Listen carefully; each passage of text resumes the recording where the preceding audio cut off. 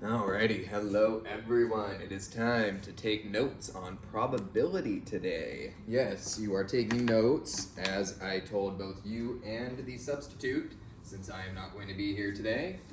As much as I'm frustrated about that, I am going to have you continue to take notes. You do have a test tomorrow on statistics, but this is going to introduce us to probability. Okay, I'm guessing this will probably take 30 to 40 minutes.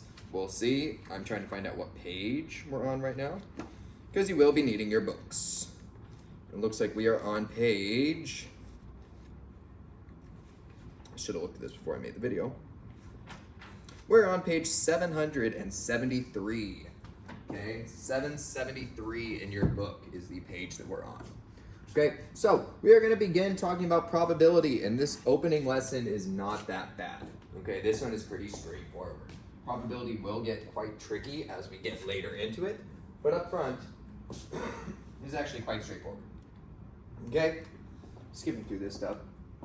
Let's practice some fractions, because we'll be needing to do this a lot. Okay, let's practice combining fractions. Right here, okay, anytime your number on the bottom is the same, you can just add them straight across, nice and easy. 8 and 8 don't add together, but 1 and 1 do, okay? So 1 plus 1 is 2, so just these two added together would make 2 over 8. Now I can also, this has an 8, so I can also add that on, okay? I can also do plus another 2 over 8. That's going to give me 4 over 8. However, I cannot add 4 over 8 to 1/4. Okay, 1/4 does not have an 8 on the bottom of it, right? So instead, I'm going to multiply both the top and the bottom by 2. If I multiply both the top and the bottom by 2, which I'm allowed to do, okay, that's going to make it 2 over 8. Hey, that's another one that I can add to this because we now have bases, denominators of 8. So 4 over 8 plus 2 over 8 equals 4 plus 2 is 6. We have 6 over 8. Okay, and that does simplify. So that would end up being 3 over 4. That's it. Multiplication is way easier. I love multiplication of fractions because it's straightforward. These just multiply straight across. These just all multiply straight across. Give us 1 times 1 is 1. 1 times 2 is 2. 3 times 2 is 6. 6 times 5 is 30. So we have 2 over 30, which simplifies to 1 over 15. Okay? And finally, same idea here. 6 times 6 is 36, times 6 is 100, and 6 cubed is, dang it, it's like 196? 216, that's what it is, yes. 216, okay, that's our denominator, 6 to the third. Then we have 1 times 5 is 5, 5 times 3 is 15. We have 15 over 216 is that combined fraction, okay? So that was it for that little introductory warm-up. Now let's start talking about probabilities. So as you kind of read this paragraph in your book, right, an outcome is a result of an experiment. The sample space is the set of all possible outcomes in an experiment. Okay, so let's say you're flipping a coin and you get heads. I flip a coin and I get heads. Flipping the coin and getting heads was the outcome. The sample space was both heads and tails. I could have gotten heads and I could have gotten tails. An event is an outcome or set of outcomes in a sample space. So flipping the coin, okay, the heads or tails, whatever side lands, that's the outcome. The sample space is heads or tails. And then the event is actually flipping the coin and getting an outcome, okay? So the probability of an event is the ratio, okay, the fraction of the number of desired outcomes, okay, like let's say I want to know if I flip this coin 10 times, how many times am I going to get head? It is going to be the ratio of the number of desired outcomes to the total number of possible outcomes, okay? I have a possible outcome of 10 heads, okay? I could get heads 10 times, right?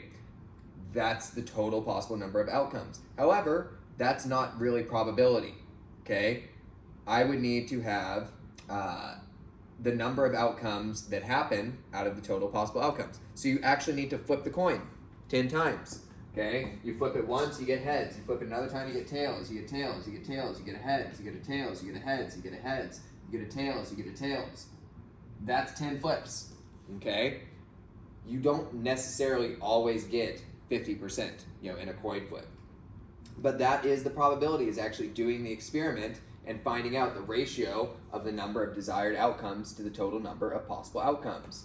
Okay, so if you want to know, that's why we don't do that tally method when you're actually finding probabilities. Here's what you need to think of. The probability of getting heads, let's change it from their P of A. Okay, the probability of getting heads, okay, there are two outcomes that you could get. There are two possible outcomes that you could get. Okay, you could get heads or you could get tails. That's two possible outcomes. We only want to know how many times you'll get heads. Okay, we want to know one of those two outcomes. We don't care about the second outcome. We don't care about the outcome of tails. We care about the outcome of heads, which is one of them. Oh, look, we now have a probability. What is 1 over 2? It is 0.5. The probability of getting heads is 0.5. Okay, that's not, when I tallied it up, flipping the coins, I only got 4 heads and 6 tails. It's because probability doesn't mean that's always what's going to happen. It's just the likelihood. It is the potential for that to happen, okay? So the probability in that situation would be 0.5. Let's look at spinners, okay? What is the sample space of each spinner if a player spins one time? Well, the sample space is all the possible outcomes. Okay, there are 1, 2, 3, 4, 5, 6, 7, 8, 9, 10, 11, 12 possible triangles to land in. Okay, there are 12 possible slices you could land in. But notice that sometimes it's the same result. Okay, the outcome would be the same. Landing here, the outcome is 1. Here it's 1. Here it's 1. So those are all one possible outcome. And the sample space are all of the possible outcomes. So the sample space is going to be 1, 2, 3, and 4. Okay, the sample space of spinner A is 1, 2, 3, and 4. The sample space over here is the same thing. The possible outcomes are 1, 2, 3, and 4. 1, 2, 3, and 4. Okay, that is our sample space. So if this player spins one time, they can only get one of those 4 outcomes. They can't get more than one of those outcomes, okay? So let's build together the actual probability of those happening with that situation. Now bear in mind, I will need to go back and forth multiple times. Okay, I'll be going to the previous slide and to this one many times in a row. Okay, so let's see the outcome. Notice how the outcomes are the same as what we had, 1, 2, 3, and 4. Okay, how many, 1 is one of the outcomes here, okay? And how many different possibilities are there for me to land on 1? There's one possibility here, okay? There's another possibility here, and there's another possibility here, okay? So the probability of it landing on a 1 would be 3 possible outcomes out of 12 total slices. Okay, 3 possible outcomes that would give me 1 out of 12 total slices. Okay, 12 total spaces. All right, that simplifies down to 1/4, by the way. Or, as a decimal, 0.25. So let's put that in here. Okay, let's put that in here. 0.25 is the probability of it landing on that. Let's check out 2. Well, we already know there's 12 total spaces, so we can just keep repeating that. Let's just count up our 2's. 1, 2, 3. So 3 over 12 is the probability of landing on a 2. Hey, that's also 0.25. 0.25. Notice a pattern here. In spinner A, 3 also has 3. 4 also has 3. So they're all going to be 0.25.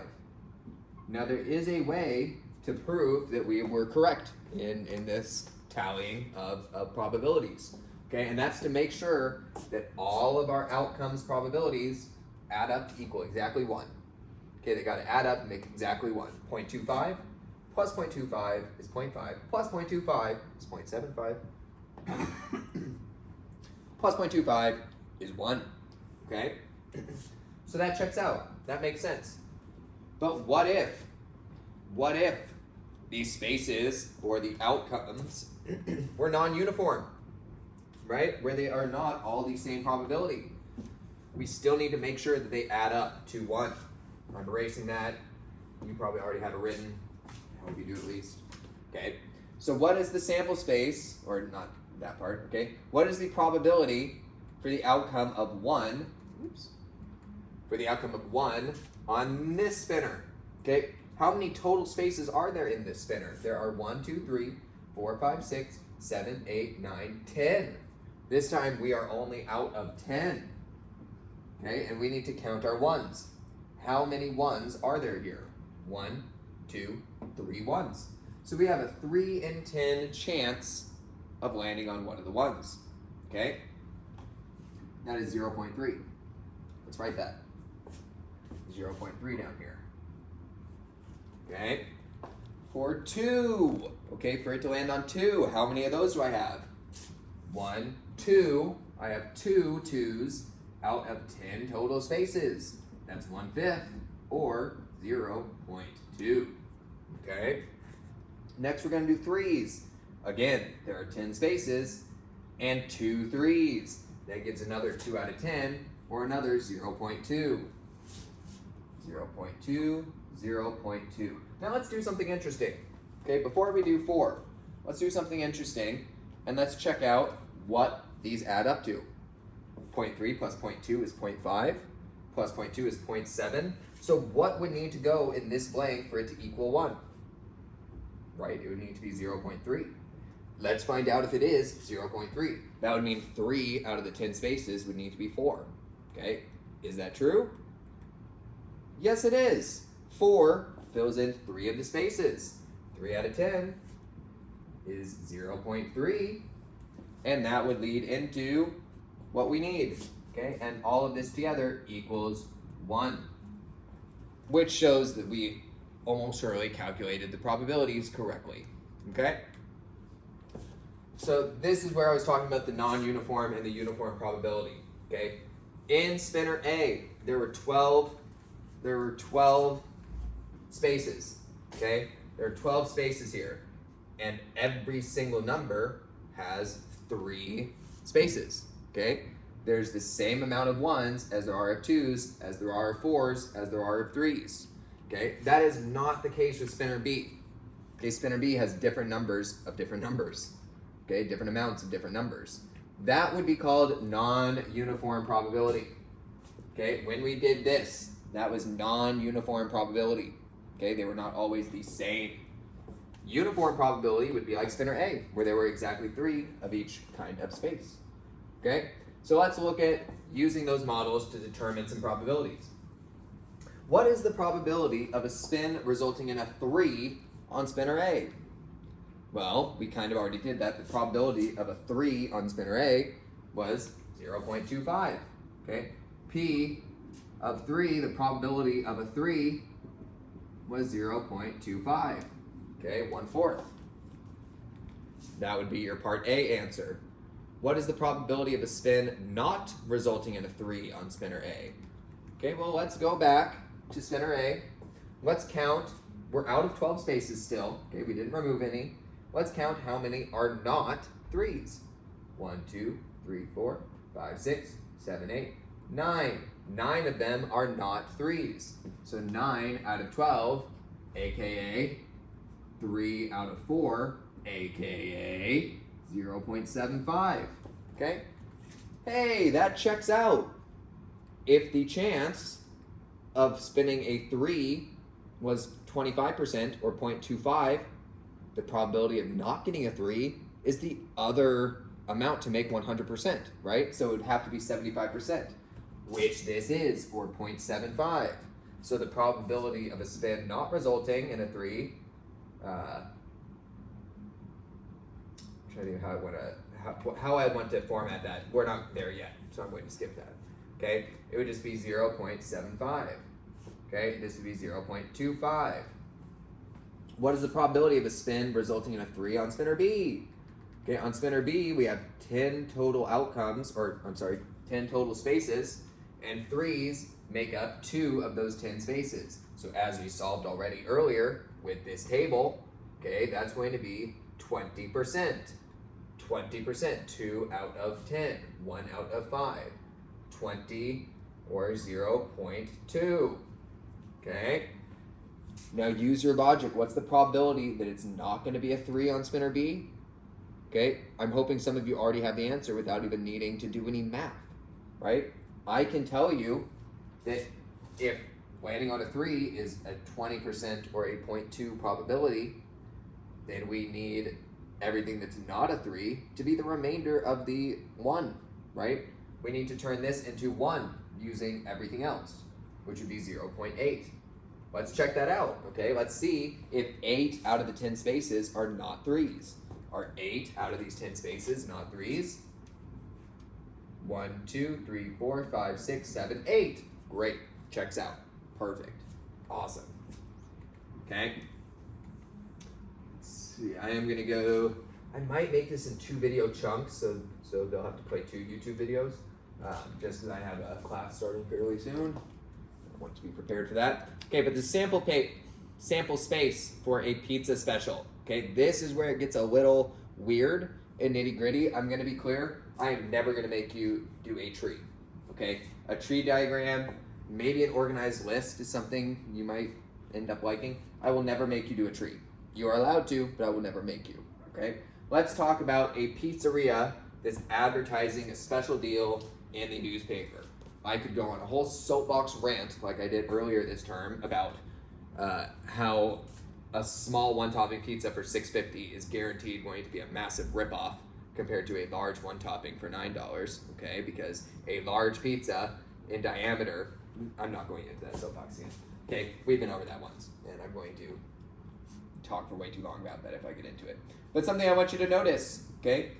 Enjoy a fresh baked pizza, $9 for large, $6.50 for small, okay? We're going to look for different branches. Okay, we are going to look for where things can change and become a new pizza. Okay, before I even show you the tree, I'm going to kind of build one. Okay, so before anything, they say, okay, enjoy a fresh baked pizza. And you have a couple choices. Okay, you need to make an array of choices when you're ordering a pizza. Okay, there's a plethora of different choices. The first choice that's given to us is pizza, okay? Large or small. That is our first choice, okay? Now you can also choose square or round pizza, and you can pick a thick or thin crust. And then finally you can pick your one topping, which is the choice between 2. This is a very weird pizzeria, I know, okay? Now notice that every subsequent choice that I make must be applied to both sides, creating more and more outcomes, right? For a large pizza, I must now pick what type of pizza, if I want a square or a round pizza, okay? So I need to now branch out between square and round pizzas. If I order small, I still have to make that decision, okay? I still have to make that decision. So I have round and square pizzas. Next, I need to pick a crust, okay? I need thick or thin crust. If I picked a large pizza that was square, I still need to pick a thick or thin crust. If I order a circle pizza, I still need to pick a thick or a thin crust. Over here, I still need to pick a thick or a thin crust. And finally, I need to do that for this one as well. Guess what? The branching isn't done. We still have more to go through. We need to pick a topping, okay? Each one of these, let's say that I picked a large pizza that was square with a thick crust, okay? And now I can either have that be with pepperoni or mushrooms. I could have the thin crust be with pepperoni or with mushrooms. I could have this one be pepperoni or mushrooms. This one be pepperoni or mushrooms. Pepperoni, mushrooms. Pepperoni, mushrooms. Pepperoni, mushrooms. Pepperoni, mushrooms. Wow, we ended up from this ad how many possible pizzas could be made? How many different possible options are there for pizzas that could be ordered for this special? 1, 2, 3, 4, 5, 6, 7, 8, 9, 10, 11, 12, 13, 14, 15, 16. There's 16 different combinations of pizza that could be made using this special. Okay? And that's exactly what they have here. Now you'll notice something different about the two, and I think this is really cool. Okay?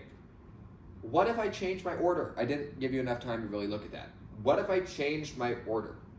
What if I did not start by deciding between large or small? What if I wanted to decide on large or small last? Okay, even before pepperoni. What if I wanted to decide my topping first? How crazy is that? Okay, because that's our last part of this one. Let's find out.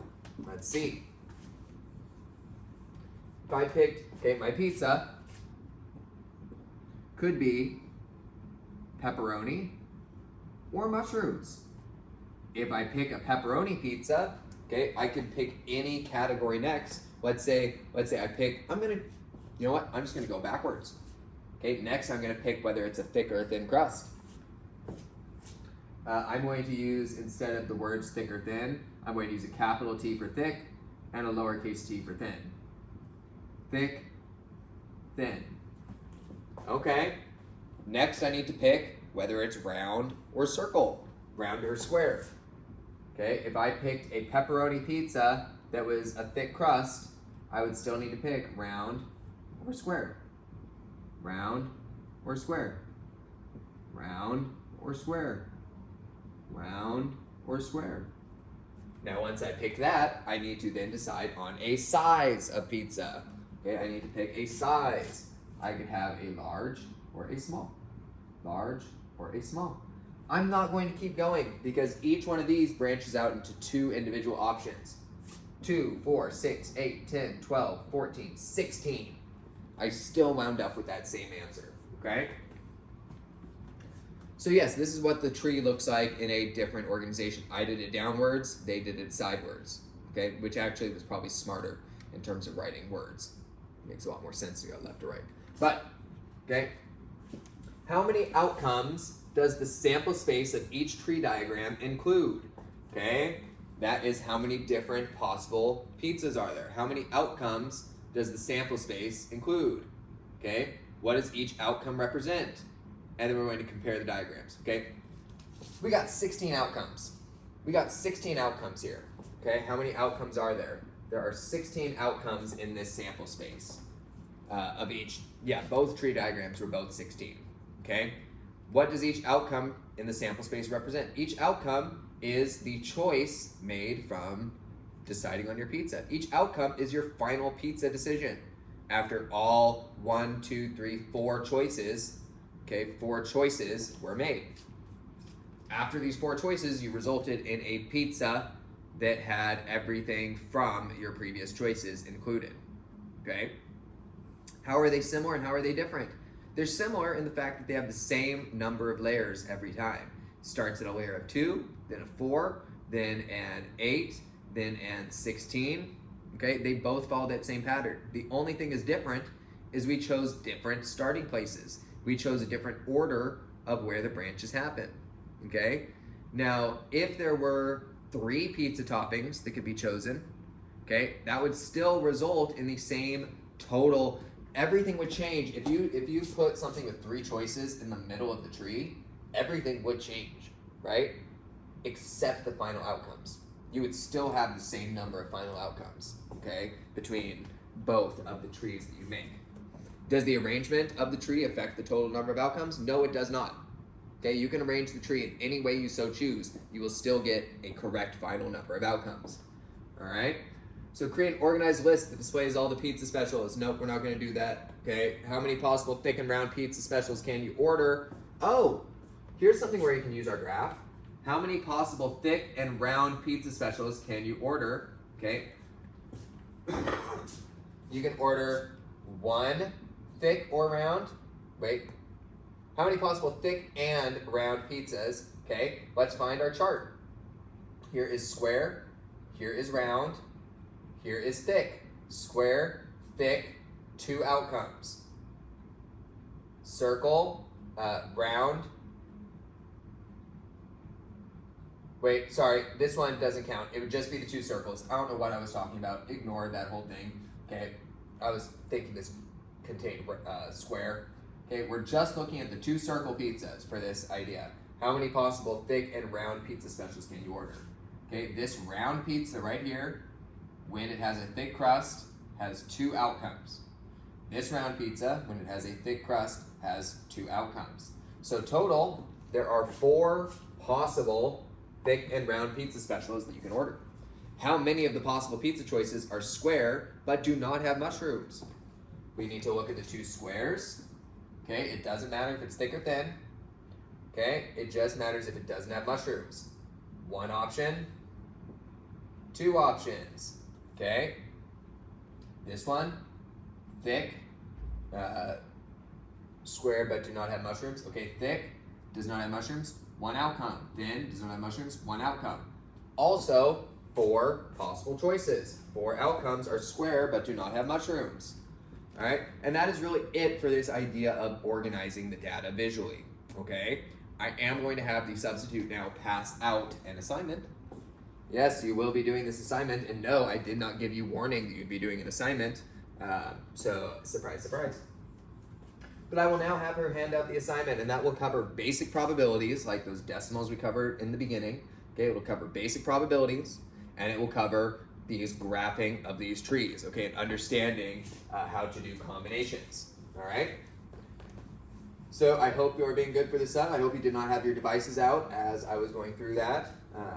I will know if you did. I may have even popped in during this class. I told you that I probably will do that. Okay, so good work. Keep up the good work. Please do your assignment. Have it done for me tomorrow, and good luck on your test.